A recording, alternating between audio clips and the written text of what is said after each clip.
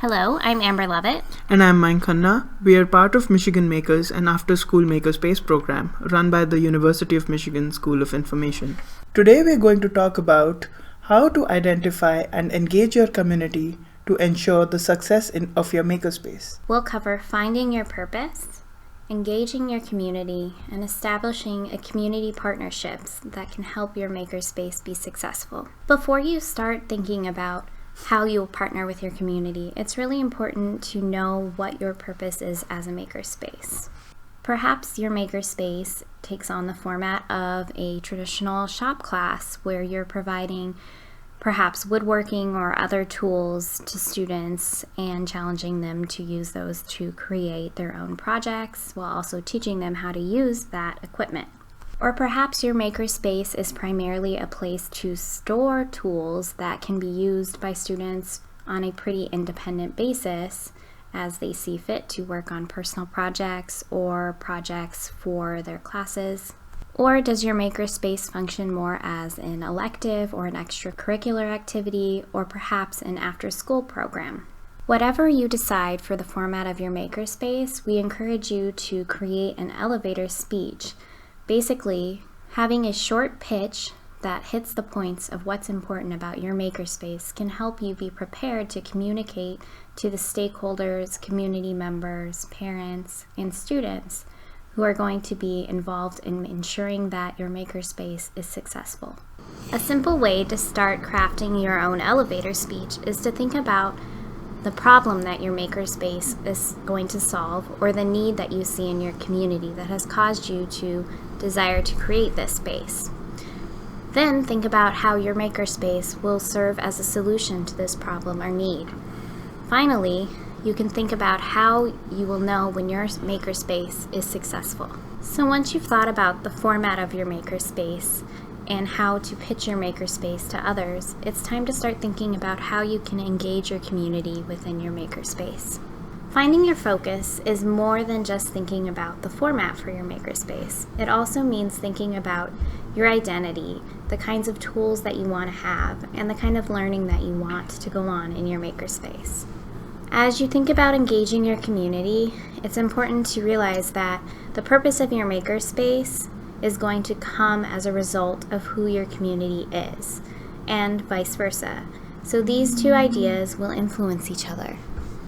You know your community and its needs better than we ever could, and that's what's going to allow you to create a makerspace that fulfills a real need in your community and is therefore extremely valuable to your school and the community at large. Since you're taking part in the CTE Makeover Challenge, I'm going to assume that you see a need that isn't being met currently.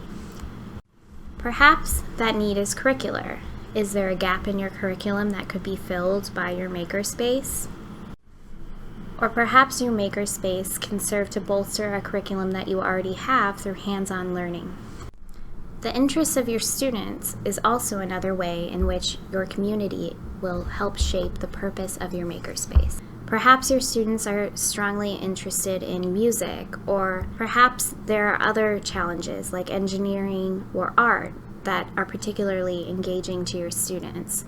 Either way, these interests are going to help guide you as you create a makerspace curriculum and as you choose the tools and the format for your makerspace program.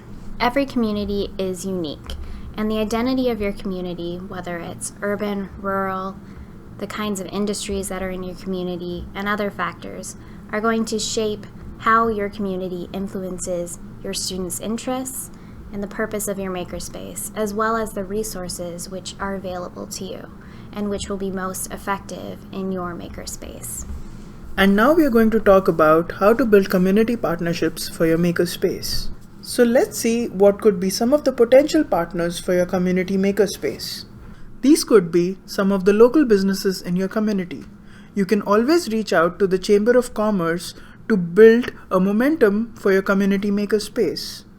You can contact the for-profit makerspaces in the vicinity of your community to help gain you skills and tools that can help your kids go to the next level.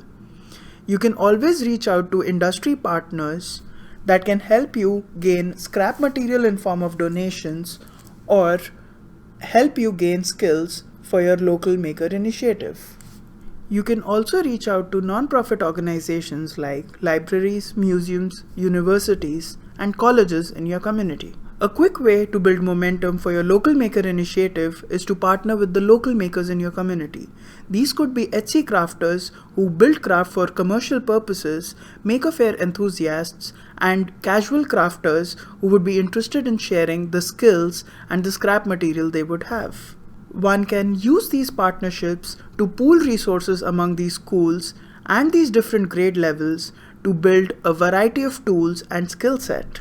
Sharing expertise among different schools in your district and with your local maker spaces will allow you to quickly scale up not only in terms of materials but also in terms of skill set.